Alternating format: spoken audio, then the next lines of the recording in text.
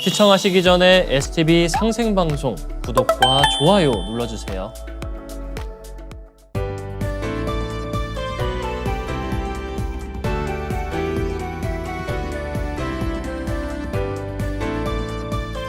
안녕하세요. 톡톡 증산도 시즌3 진행을 맡은 이미향입니다. 최재학 수호사님과 하민석 포정님 자리에 모셨습니다. 안녕하세요. 안녕하세요.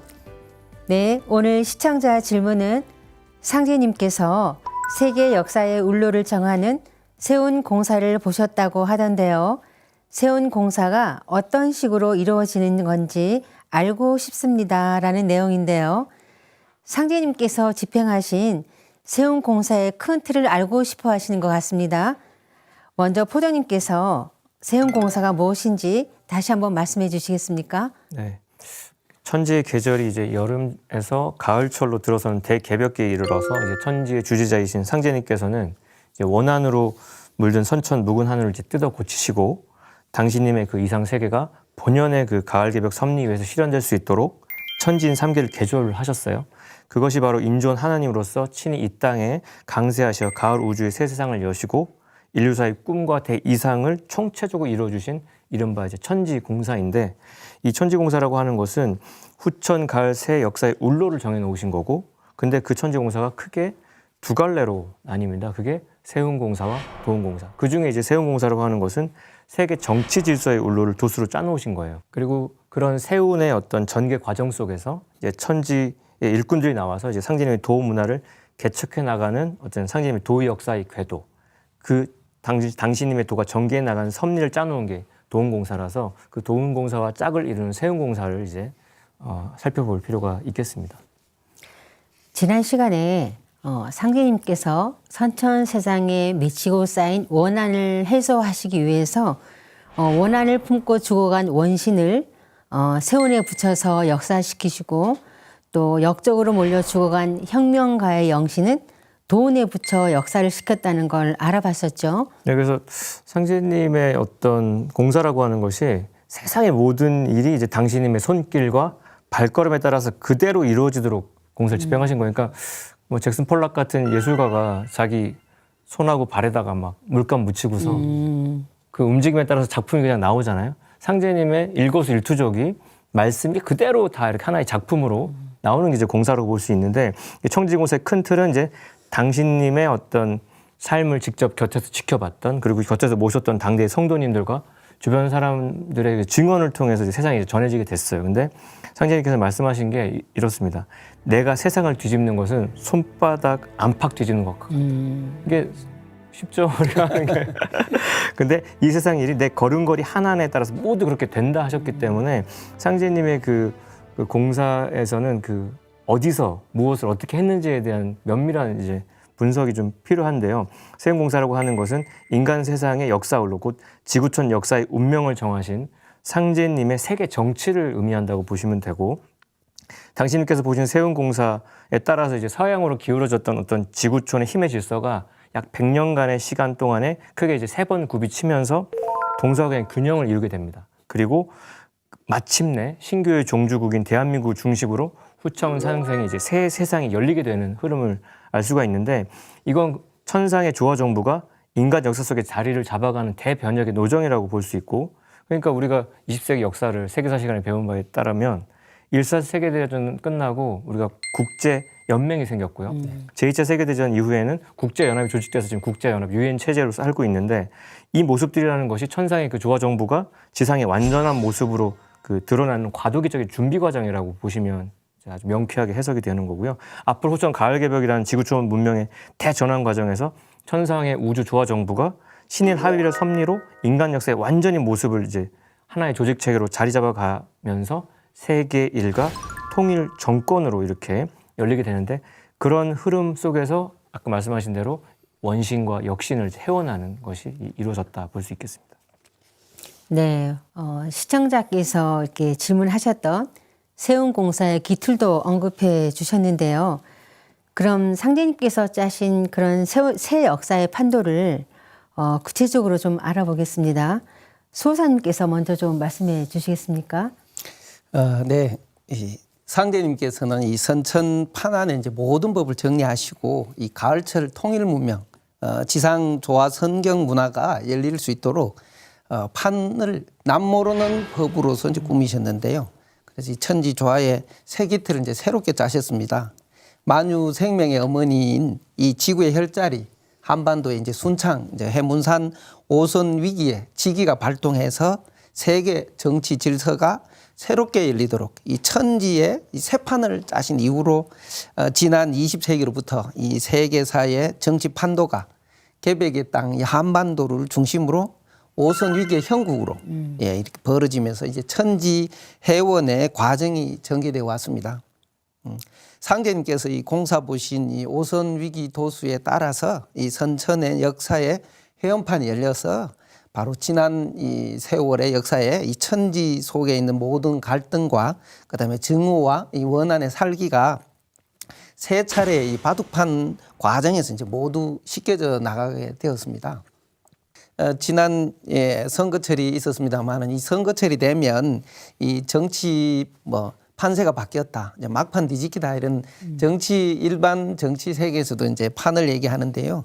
이 상제님께서도 이 세계 정치판을 바로 잡으시는 이 천지공사를 보실 때도 이 회문산 오선 위기가 있나니 바둑은 당뇨가 창시하여 단주에게 전수하였느니라. 그러므로 단주해원은 오선 위기로부터 비롯되어 나니 천하의 대운이 이로부터 열리느니라 하시고 이로써 또한 조선의 시비를 푸느니라 이렇게 이제 말씀하셨습니다. 네, 상제님께서 세운공사, 즉 세상이 둥글어가는 역사의 과정이 오선위기 도수로 이렇게 짜셨다고 말씀하셨잖아요. 오선위기 도수가 무엇인지 한번 더 설명해 주시겠습니까? 네, 여기서 이 오선 위기란 이 다섯 신선이 이렇게 둘러 앉아서 바둑을 둔다는 뜻입니다. 그리고 이 다섯 신선은 바둑판의 주인인 이 조선과 조선을 둘러싸고 있는 주변 4대 강국을 가리킵니다. 상제님께서 내가 이제 천지의 판을 짜러 회문산에 들어가노라. 현하 대세를 오선 위기 기령으로 돌리나니 두 신선은 판을 대하고 두 신선은 각기 군수하고 한 신선은 주인이라. 주인은 어느 편도 군수할 수 없어 수수방관하고 다만 손님 대접만 맡아나니 연사에 큰 흠이 없어 손님 받는 예만 빠지지 아니하면 주인의 책임은 다한 것이라. 바둑을 마치고 판이 해치면 판과 바둑은 주인에게 돌아가리니 옛날 한고조는 마상에서 득천하였으나 우리는 좌상에서 득천하리라 말씀하셨습니다. 바로 이 상제님은 이 선천 모든 원과 한을 풀어주시기 위해 단주해원의 첫머리로 삼아 이 오선위기 도수로 이 세계 울로를 정해 놓으셨는데요. 이 바둑의 시조인 단주가 바로 인류 역사의 원한의 뿌리임을 또 함께 밝혀주셨습니다. 오선 위기가 현실로 드러난 것이 지금 우리나라를 중심으로 주변의 미국이라든지 일본, 중국, 러시아라는 4대 강국이 이제 포진하고 있는 거죠. 그런데 왜 한반도를 바둑판이라고 하는 건가요?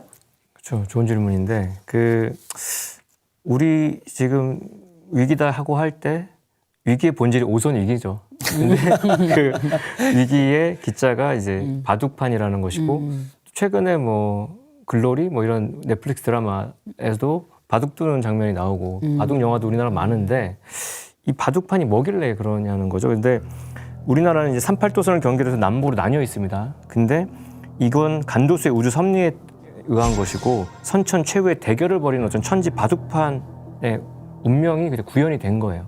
그래서 바둑판이라고 하는 건 가을 우주의 정역수인 360을 원리로 하여서 짜여진 건데요. 가로 세로가 19, 19. 그러니까 곱하면 361이 나오는데 가운데 1은 이제 천원이라 그래서 본체로 불변하는 곳이고 나머지 360개의 판으로 짜여져 있죠. 그래서 우리나라는 옛날부터 조선 8도에 고을이 360개가 있었어요. 그래서 각 나라 살림이 360일 동안 이어지는 데 있어서 한 고을에서 올린 세금으로 그날 하루 살림을 했다고 할 정도로, 그러니까 옛날부터 우리나라는 그런 바둑판의 원리가 행정 조직에 그대로 투영이 돼서 바둑판의 어떤 운명으로 지금 흘러왔다고 볼 수 있는데, 그 바둑판의 가로 세로줄을 합치면 38이 또 되죠. 19 더하기 19 해서 이건 한반도의 중심지는 38선으로 그대로 박혀 있는 것이 바둑판의 운명으로서의 조선 간방 땅을 이제 생각해 볼 수밖에 없다. 그래서 이 판에서 벌어지는 운명이 전 세계 운명의 또 이렇게 어떤 리트머스 종이가 된다. 이렇게 볼 수 있겠죠. 저는 오늘 이제 바둑판 얘기하니까 증산도에 입도하기 전에 어떤 한 책을 봤는데 김진명 작가의 무궁화꽃이 피었습니다. 책을 봤는데 바둑판 얘기 나오는 거예요. 도대체 바둑판에 무슨 비밀이 들어있는 거야. 너무 궁금했거든요. 근데 제가 증산도에 들어와서 그 비밀을 다 풀렸었거든요. 새삼 그 생각이 나서 말씀을 드렸는데요. 조선시대에 우리나라를 바둑판처럼 구획해서 다스렸다는 건 정말 들을 때마다 참 신비스러워요. 예, 상대님께서는 그 왜 세운공사를 5신선이 바둑 두는 형국으로 보신 건가요?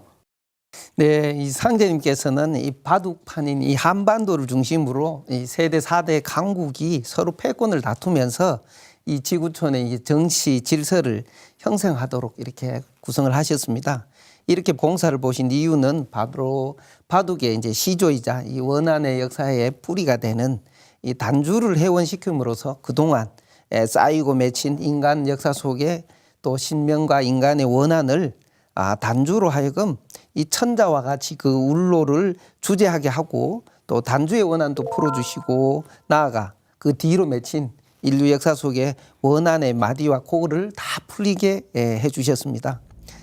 단주의 원한을 풀어주어 그 뒤에 쌓여 내려온 망고의 원한이 다 매듭 풀리듯 하느니라. 이제 단주를 자미원에 위키하여 다가오는 선경 세계에서 세운을 통할하게 하느니라 하신 이 말씀처럼 세운은 단주 회원 도수인 오선이기 바둑판으로 전개되어 가게 하셨고요. 여기에서 이제 선천 상극 역사의 시비가 모두 가려지게 됩니다.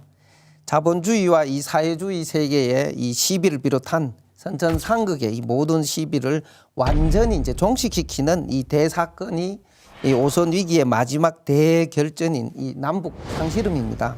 오선 위기 도수의 이 전개 과정에서 동북 간방에 이 한민족이 새 역사 창조의 이제 구심점으로서 이제 거듭나 마침내 이 가을 우주의 이 통일 문명, 이 지상 조화 성경 문화를 열게 됩니다.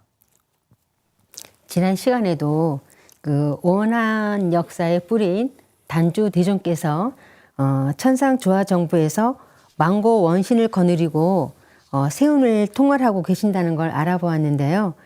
그 일이 구체적으로는 오선 위기 도수로 이루어지는 것이군요. 그런데 세운 공사의 기틀로는 오선 위기 도수 외에 씨름판 도수도 있죠. 네, 맞습니다. 그래서 상제님께서는 누차 말씀하신 게 내일은 삼변송돈이라 그리고 천지개벽 시대에 어찌 전쟁이 없으리오. 앞으로 천지전쟁이 있느니라. 뒷날 대전쟁이 일어나면 각기 제주를 자랑하여 제주가 1등 되는 나라가 상등국이 되어 전쟁은 장차 끝을 막으리라. 이렇게 아주 선언적인 선포를 하신 게 있죠. 근데 상제님께서는 후천 세역사의 문을 여는 오선 위기의 바둑판 도수가 공간적으로 그렇게 바둑판을 짜진 그 도수가 삼변성도의 원리에 따라서 세 차례의 바둑을 통해서 이루어진다고 이제 말씀하셨어요. 그래서 그 대결 과정이라는 것이 씨름판의 원리에 따라서 애기판, 총각판, 상씨름판이라는 세 차례 씨름판에 비유해서 이렇게 공사를 짜신 건데요. 그래서 상제님께서는 현하대세가 씨름판과 같으니 애기판과 총각판이 지난 뒤에 상씨름으로 판을 마치리라 이렇게 하셨고요. 씨름판 때는 조선의 38선에 두고 세계 상씨름판을 붙이리라. 만국재판소를 조선에 두노니 씨름판에 속아 나가면 판을 걷게 되리라. 이렇게 사실 엄청난 도비가 박혀 있는 말씀인데 이 말씀이라는 것은 개벽으로 들어서기까지 그 남법 해원 시대에 펼쳐질 세계사의 어떤 전체적인 전개 과정에 대한 말씀이자 그 결말을 아주 소상히 밝혀주신 겁니다. 그래서 후천 정역시대를 연 주체인 한민족을 중심으로 해서 세계 4대 강국이 얽혀서 세 차례의 씨름은 달리 말하면 전쟁입니다. 우리가 시름시름 앓게 되는 그 씨름. 그러면서 판을 매듭기게 된다. 그래서 상진님 공사 말씀처럼 한반도라는 것은 공간적으로 바둑판이면서 또 시간적으로는 씨름판의 흐름으로 간다. 이렇게 이해하시면 쉽게 소화가 되겠죠. 상기님께서 세운 공사의 기틀로 바둑과 씨름이라는 놀이 문화를 가져다 쓰셨다는 거잖아요. 씨름은 유한 역사를 이어온 한민족 고유의 정서가 깃든 민속놀이이죠. 네, 그래서 상제님께서 두루노로의 신선이라고 하셨는데 그 우리 신선 문화를 여는 그 여정에서 대표적인 우리 민족의 그 놀이 이제 씨름판도 이제 공사에 붙이셨는데요. 상제님이 제세하셨던 그 당시만 해도 그 난장이 쓰잖아요. 그 난장이라고 하는 게 그 정기적인 장이 아닌 특수한 장입니다. 그래서 물자가 다량으로 생산되는 어떤 지역이 있거나 인근의 그 지역방의 생산물이 집산되는 곳에서 열리게 되는 거예요. 그러니까 핫플레이스에서 열리는 거죠, 그게. 근데 그 어떤 지방의 경기를 부양한다거나 번영을 도모하기 위해서 이렇게 판을 짜는 거예요. 뭐 우리 블랙 프라이데이 하면서 막 박앤세일 하는 그런 것처럼. 근데 그때는 장사꾼만이 아니라 구경꾼도 막 몰려들고 그러니까 그 손님들을 그 호객하기 위한 여러 가지 이벤트들이 있게 되는데 뭐 예인, 투기꾼, 건달패, 뭐 난장, 굿 버리는 무당까지 모여들어서 이제 소비를 이제 조장하고 북도는 경기를 부양하는데 그러다 보니까 노름도 있고 싸움도 있고 폭행도 있고 사기도 있고 그러니까 이 난장판이라는 말이 진짜 온갖 일이 벌어지는 어떤 포텐셜 에너지가 엄청난 곳이에요. 그래서 난장판을 벌이면 한쪽에선 장이 서고 다른 편에서 씨름도 하고 줄다리기도 하고 윷도 놀고 뭐 남사당패 놀이도 있고 보수상 놀이를 하면서 우리 민중들이 회원하고 이렇게 흥을 돋궜던 건데 그런 난장에 이제 씨름판이 벌어지기 마련이었고 그 판이 3세판이었던 거죠. 초반에 오프닝으로 애들끼리 얼마나 귀여워 애기판 씨름을 하고 중반에 청년들이 건장한 청년들이 총각판을 마친 다음에 상투튼 이제 상씨름꾼들이 어른들끼리 이제 판을 벌이는 최종 승자를 겨루는 건데 이때 이 상씨름에는 상품이 뭐냐? 소를 거는 거예요. 소를 상품에 걸고 최후의 일전을 벌이기 때문에 이른바 소고리 씨름이라고 불렸고요. 상제님은 이 고유한 풍속을 천지공사에 그대로 쓰셔가지고 씨름판에 소가 나가는 거를 아주 명명백백하게 언급하셨는데 세운공사의 애기판 씨름이라는 것이 일러전쟁, 우리나라에서 일러전쟁과 1차 세계대전에 전개됐던 게 있고요. 총각판 씨름은 중일전쟁과 2차 세계대전 역사 속에 펼쳐졌었고 그리고 이제 상씨름이라는 것이 남쪽 상투쟁이와 북쪽 상투쟁이가 아까 말씀드렸던 바둑판인 38도선을 경계로 해서 힘을 겨루는 6.25 한국전쟁이 있었고 이로부터 시작되는 3차 세계대전으로 전개가 된다. 이게 지금 한민족이 맞이해야 될 필연적인 운명입니다. 소 얘기하니까 제가 어릴 적에 이렇게 보면 각 집안에서 이게 소가 정말 그 가보 1순위더라고요. 그래서 뭐 농사 짓는데 소가 없으면 일을 못 하잖아요. 그래서 저희들이 사는 지역이 가난해서 그런지 몰라도 보면 소도 빌려가지고 소가 없어가지고 소 빌려가지고 농사를 짓기도 하는데 농기구 같은 거는 빌려 쓰고 이제 갖다 주면 그만인데 소는 빌려주면 먹이를 줘야 돼요. 그래서 소 빌려가 가면 여러 가지로 힘든 것들이 있었던 생각이 납니다. 네, 오선이기 도수와 씨름판 도수를 공간과 시간의 관계로 볼 수도 있을 것 같은데요. 그런데 왜 상제님께서는 전쟁을 통해서 선천의 원한을 해소하신 건가요? 네, 이 상제님께서 이 동서양의 이 기울어진 판을 바로잡기 위해서 이 보신 이 전쟁 도수는 이 선천 세상에 쌓여온 온갖 원과 한을 끌어주시는 이 과정입니다. 예, 선천의 원한으로 인류가 이제 진멸지경에 이제 박도했다 이렇게 또 말씀해 주셨는데 이 상황을 이제 전쟁으로서 이 조율하심으로써 큰 화를 이제 작은 화로 막아 다스리며 바로 단계적으로 이제 원한의 살기를 해소하고자 하셨습니다. 그래서 궁극적으로는 이 전쟁의 역사를 끝막으면서 이제 선천 상극의 질서도 이제 정리하신다는 것입니다. 예, 전쟁 도수는 인류를 많이 건지기 위해서 상제님께서 이 조율하신 최선의 이제 전략인 것입니다. 이것은 이제 마치 이제 우리가 이제 살아가면서 이제 암이라는 큰 병이 걸렸을 때 이제 우리가 죽음의 위기에서 생존을 하기 위해서 이제 수술할 때 위험도 따르고 또 고통도 있지만 그것을 우리가 감내하면서 대수술을 통해서 새로운 이제 생명을 회복하듯이 이 상제님께서도 이제 선천 역사에서 비롯된 이 원과 한의 이 살기를 해소하기 위해서 불가불 또 인류 역사를 대수술하여 이렇게 결정하시 아닌가 생각되어집니다.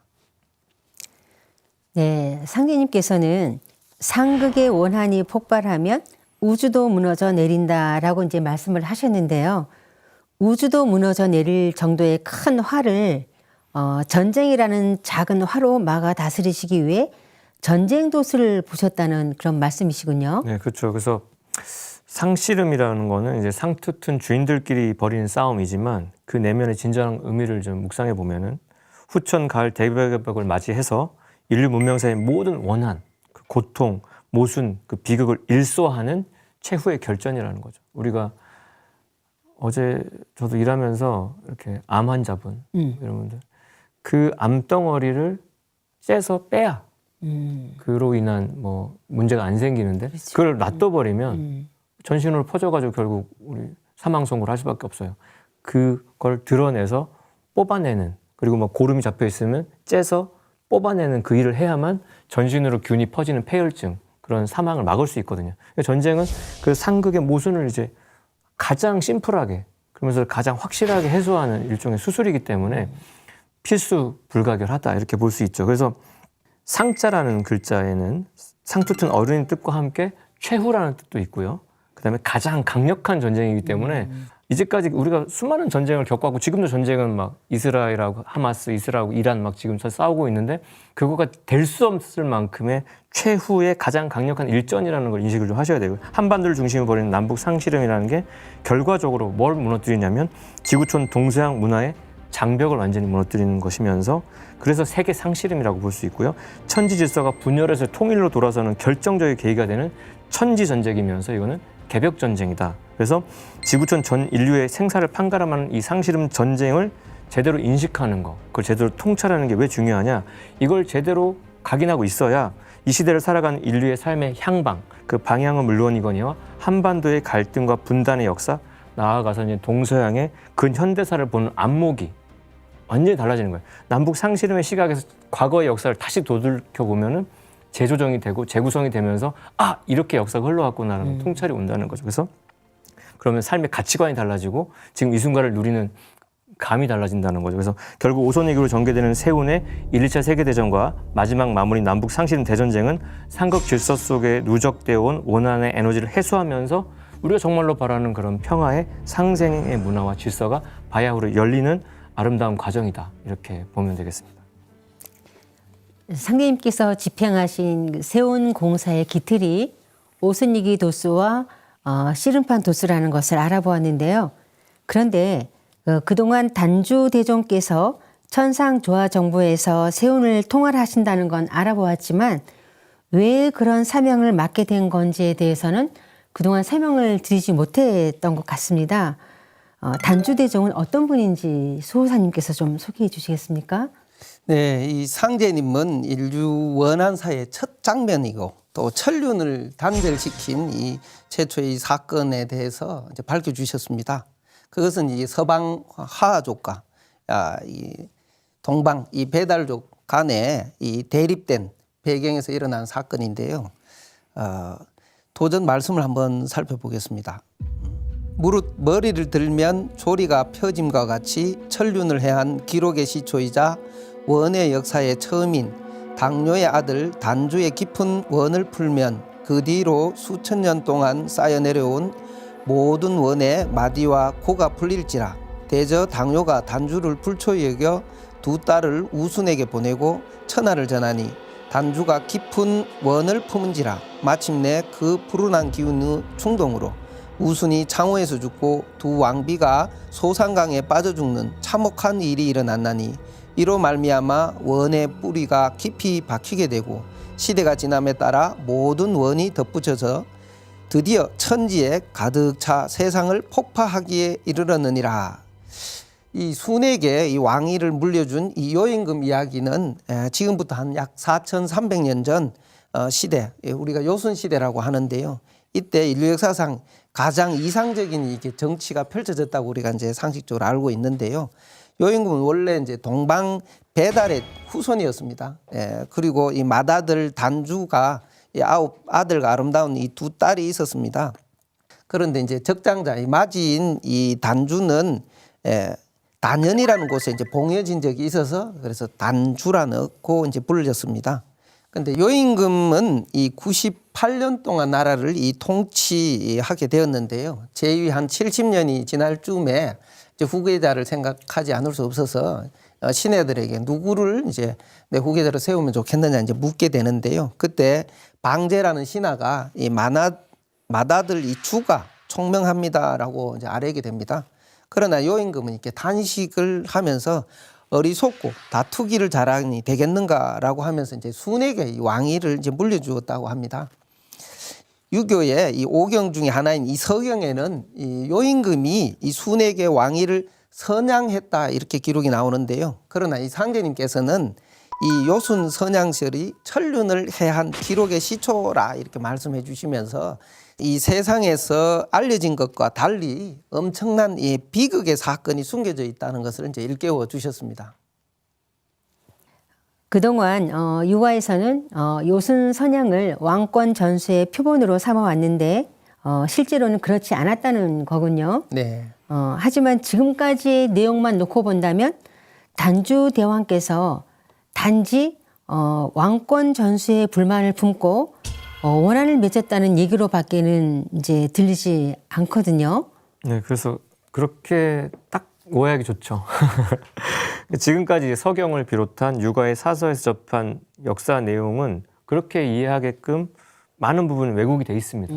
사실 우리 동방의 시원 역사를 밝혀주신 상제님의 말씀이 아니었더라면 우리는 아직까지도 그런 미화된 역사 속에서 착각 속에서 살고 있었을 텐데 상제님이 많이 그 미싱 링크를 찾아서 이제 밝혀주신 게 됐는데 성인 제왕, 뭐 요순 선양이라는 어떤 그런 미화된 스토리를 통해서 성인 제왕으로 미화된 요순의 역사를 말미암아서 그 역사로 말미암아 그동안 9,000년 역사의 종통과 도통사의 연원 자체가 지워진 거예요.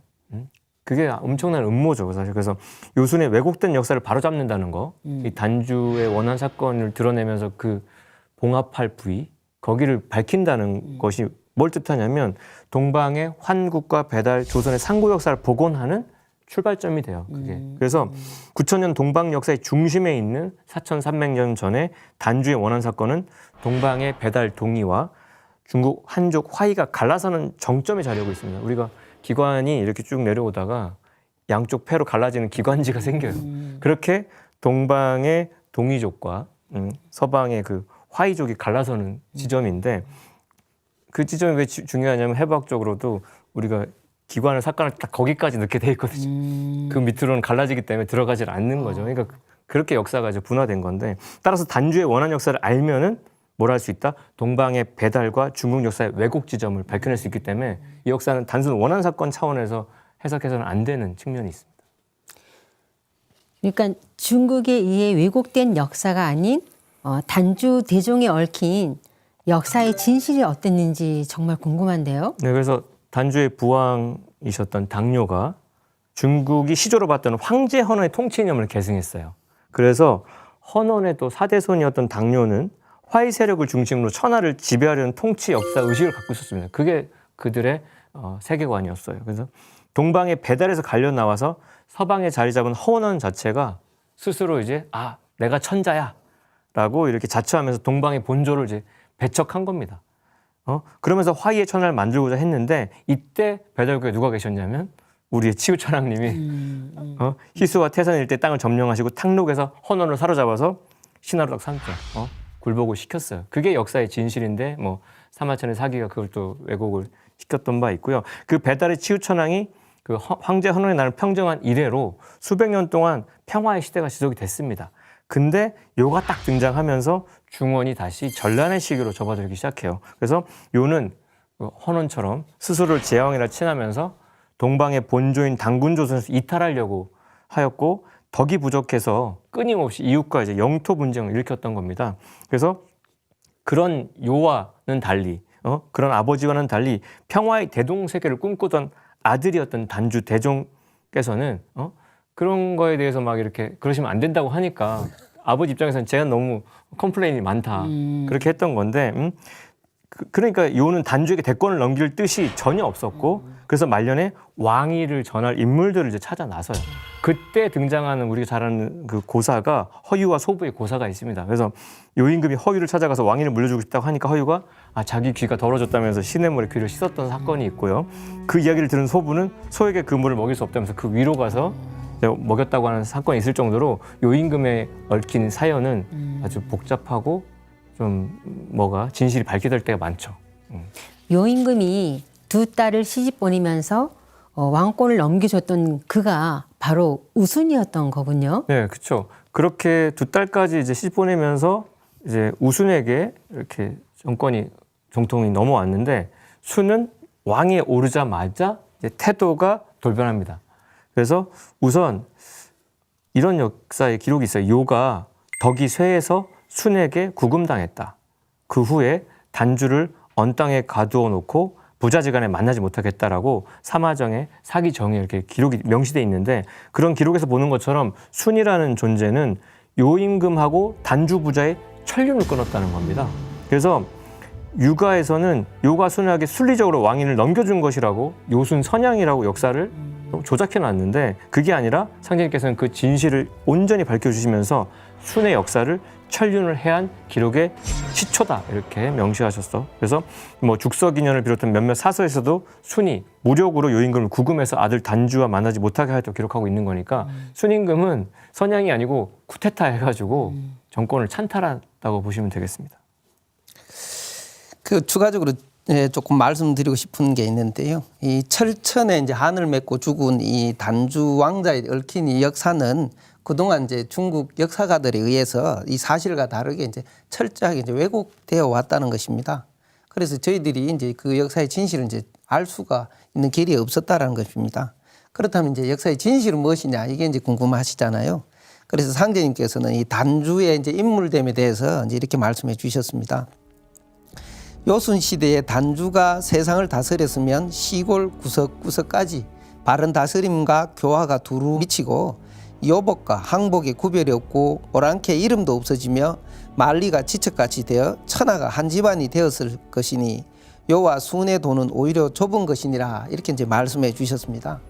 그러자 이제 이 말씀을 들은 이제 한 성도님께서 여쭈기를 우가 단주에게 허물을 들어 말하기를 밤낮 없이 쉬지 않고 강마다 배를 띄우고 벗들과 때를 지어 집안에서 마시며 세상을 없애려 하였다 하였습니다 하고 이제 아래입니다. 그래서 상제님께서 말씀하시기를 단주가 밤낮 없이 쉬지 않았다는 것은 쉬지 않고 무엇인가 부지런히 하였다는 것이요 강마다 배를 띄웠다는 것은 대동세계를 만들고자 하였으며 벗들과 떼지어 집안에서 마셨다 함은 사랑과 더불어 즐거움을 함께 하였다는 말이요 세상을 없애려 하였다는 것은 서로 주장하는 도가 같지 아니하였다는 말이니라 이렇게 이제 말씀해 주셨습니다. 예, 세상 사람들과 이렇게 더불어 살아가려고 하는 이 개방적인 이 사교적인 신법을 지녔던 이 단주는 늘 민중의 삶을 이렇게 걱정하는 분이었습니다. 이 동방배달의 이게 천지 광명의 신법을 또 가졌고요. 또 부친 요인과는 이 달리 이 동방의 동이족인 한민족과 이 서방의 화이족인 이 한족이 서로 이제 평화롭게 살아가는 대동 세계를 건설하고자 하였습니다. 그러나 이렇게 당뇨가 이 단주를 불초에 여겨 2딸을 우순에게 보내고 천하를 전하니 단주는 이에 깊은 원을 품었다라고 하신 이 상제님 말씀처럼 순에 의해서 아버지와 천륜이 끊어지고 또 자기가 품었던 이 대망이 좌절된 단주는 깊은 이 좌절과 이제 울분에 이제 쌓이게 되는데요. 더욱이 요임금은 단주에게 이 바둑판을 주면서 너는 이 바둑을 두면서 덕을 닦아라라고 하는 훈계까지 이제 듣게 되는 거죠. 그래서 대동세계를 열려있던 꿈과 야망이 모두 깨져버린 단주는 순을 향한 증오와 분노를 이 영혼에 깊이 새기게 된 것입니다. 상대님 말씀이 아니었다면 단주대정의 이 역사의 진실이 정말 묻혔을 것 같아요. 그죠? 네. 상대님께서 세원공사의 기틀로 오선이기 바둑판 도수를 쓰셨는데요. 바둑판의 기원이 단주대정이었던 거군요. 네, 그렇습니다. 예, 3개 우주의 주제자로서 이 병든 천지를 뜯어고치는 이 상제님께서는 천륜을 해한 기록의 시초이며 이 원한 역사의 시작인 단주의 깊은 원을 출발점으로 해서 이후 이 4천여 년 동안 내려온 원한의 저주의 시가 인류 영혼 깊이 유전되어 또 더욱 크게 뻗어나가서 이제는 그 원한이 이 천지를 폭파하게 이르렀다 이제 하시고 오늘날 이 인류가 앓고 있는 이 처절한 이 고통의 원인을 이제 밝혀주셨는데요. 그리고 이 상제님께서 이 단주의 원한을 해소하는 과정을 지구촌 가을 통일 문화를 여는 오선 위기 도수로 크게 기틀을 이제 삼으셨습니다. 인류 역사에서 가장 큰 원난을 품고 죽은 이 단주를 해원시킴으로써 동북아 역사를 뛰어넘어 인류사에 진정한 이 평화 낙원을 구축하고자 하신 것입니다. 네, 단주대전께서 세운공사를 통할하게 된 역사 배경을 알아보았는데요. 세운공사를 좀 더 심도 있게 공부하고자 하는 분들이 더 알아야 할 것이 있다면 무엇이 있을까요?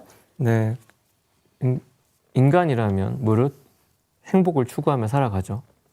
근데 상제님께서는 인간이 추구하는 행복의 여건을 딱 두 가지라고 말씀하셨어요.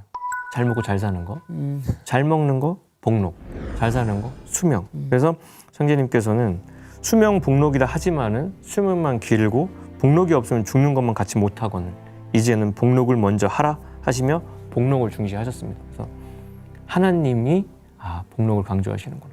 그게 이 세운공사의 핵심이에요. 어떻게 사람들이 잘 먹고 잘 살고자 했느냐.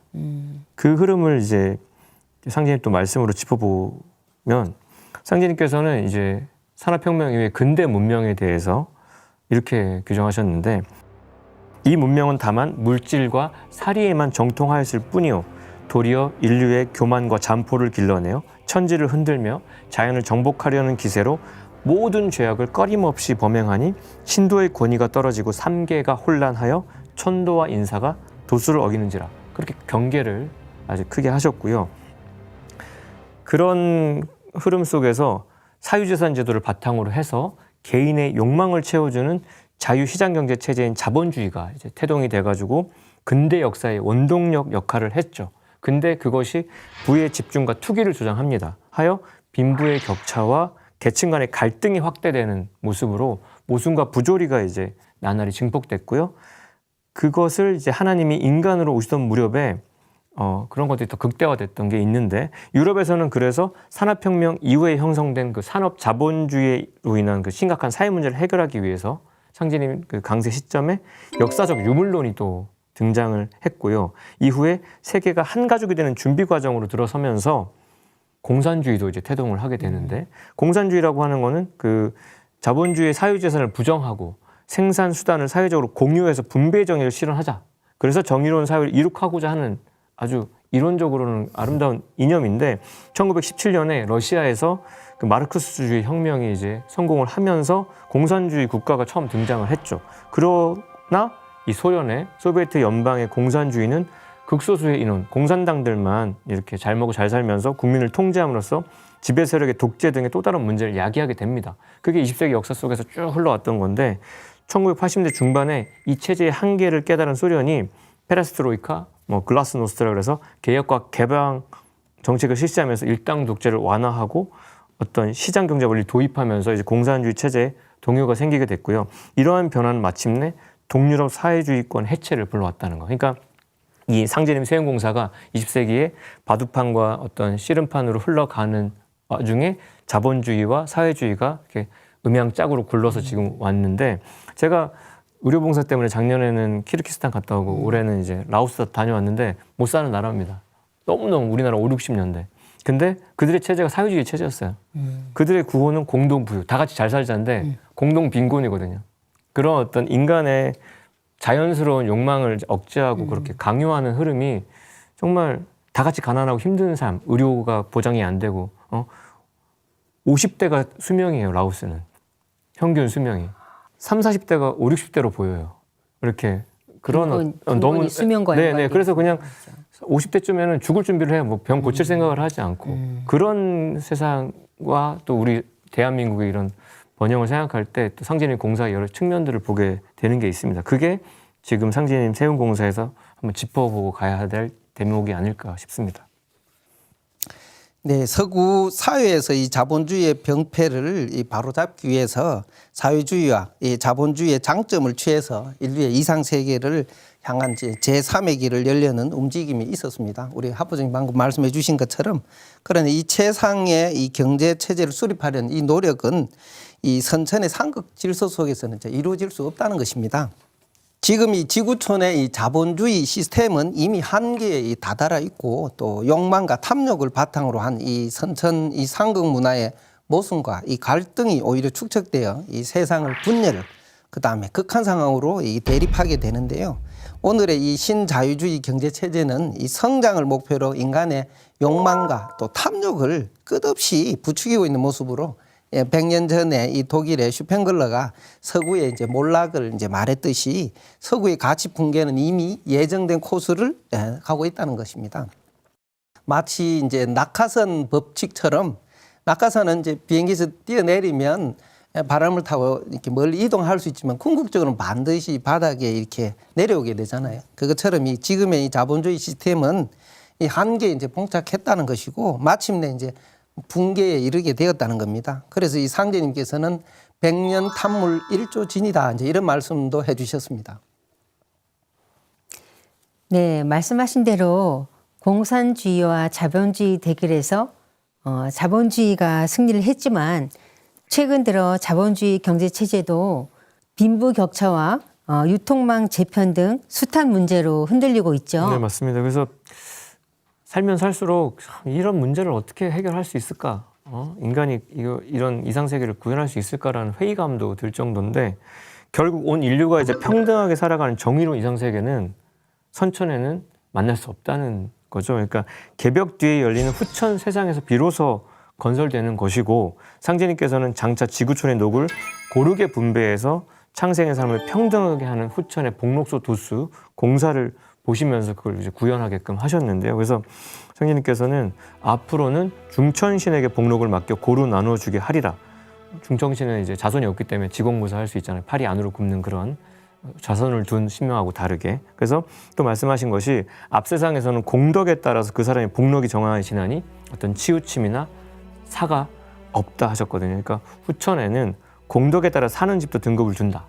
그렇게 이제 그러니까 덕이 얼마나 잘 닦였냐에 따라서 공덕을 얼마나 쌓았냐에 따라서 아주 공평하게 사는 거였기 때문에 그거에 이의를 달 수 없게 되는 겁니다. 그래서 그렇지만 공덕에 따라 사는 집도 등급이 있겠지만 식록은 고르게 하리니 만일 그분 낳고 먹기까지 고르지 못하면 원통치 않겠느냐 해서 아주 지공무사한 틀대로 지금 현 자본주의의 맹점을 넘어설 수 있도록 공사를 보셨다 말씀드리고 싶네요.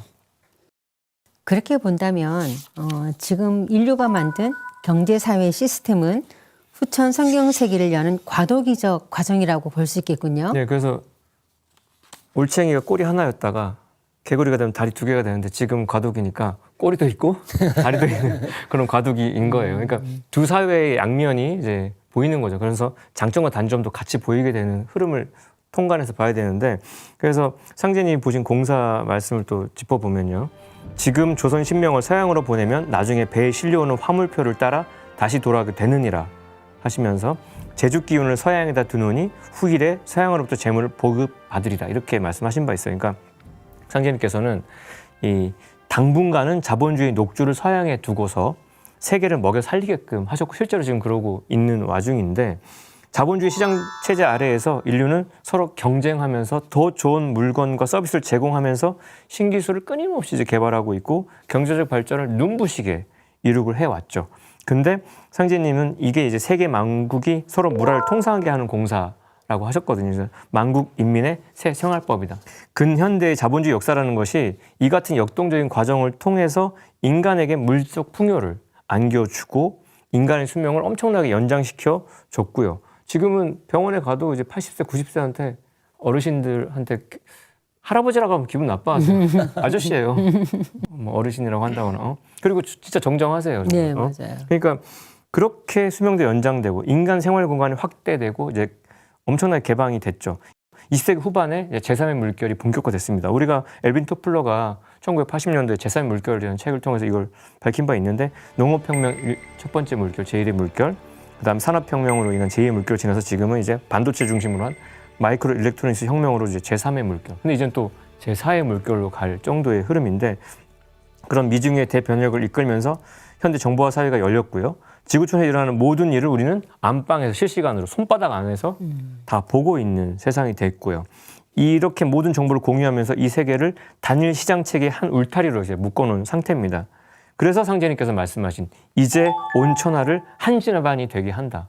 우리는 이 방구석에 앉아서 저쪽 반대편 나라의 전쟁과 모든 그 나라의 모든 소소한 사건을 다 보고 있는 거고 이 세상 역사가 100년 전 상제님이 집행하신 천지공사에 따라 아주 그대로 진행되고 있다는 각성이 우리는 있는 거고, 세계는 지금 인류의 가을 문화, 상생, 후천, 성경, 낙원 문명이 열리는 딱 문턱 앞에, 그 앞에 딱 서 있다 말씀드리고 싶습니다.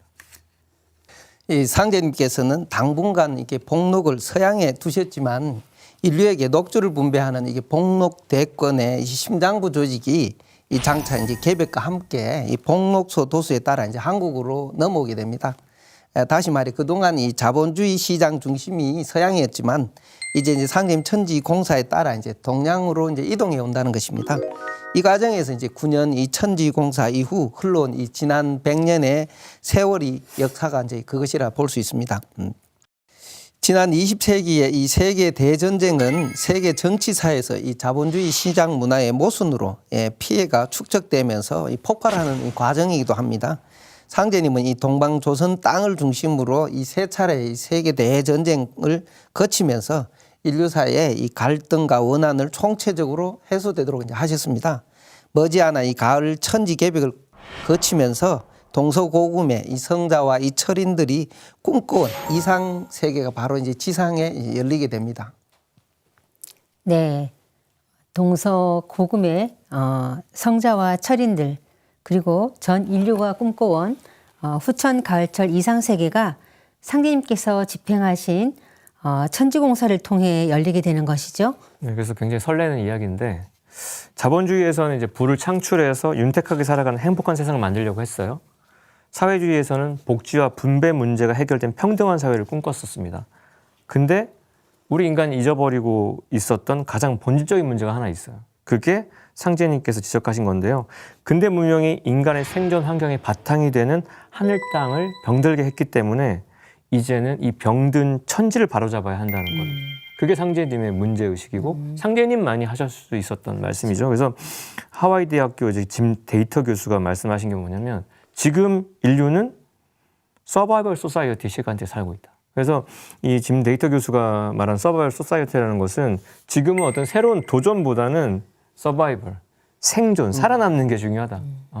생존이 도톡이다 할 정도의 이야기죠. 그래서 그가 이제 서바이벌 소사이어티 주장하는 불길한 삼위일체가 있어요. 언홀리 트리니티가 있는데, 그게 그 금융 시스템 붕괴, 우리가 2008년에 겪었던 서브프라임 모기지로 인한 금융 붕괴 같은 거, 그다음에 석유 시대의 종말, 그다음에 환경 재앙. 그것 때문에 지금 지구가 막 그냥 아주 뜨겁다 못해 그냥 아주 타버리고 있는데, 이런 어떤 서바이벌 소사이티 시간대에 있다는 걸 각성해야 된다는 것이고요. 앞으로는 이런 천지 변화의 틀, 변화의 정신을 제대로 알아야 서바이벌, 생존할 수 있다는 겁니다. 그래서 지구촌의 온갖 재앙이라는 것은 생명의 큰 부모인 천지 자체가 병들어 있다는 거, 그것 때문에 일어나는 거죠.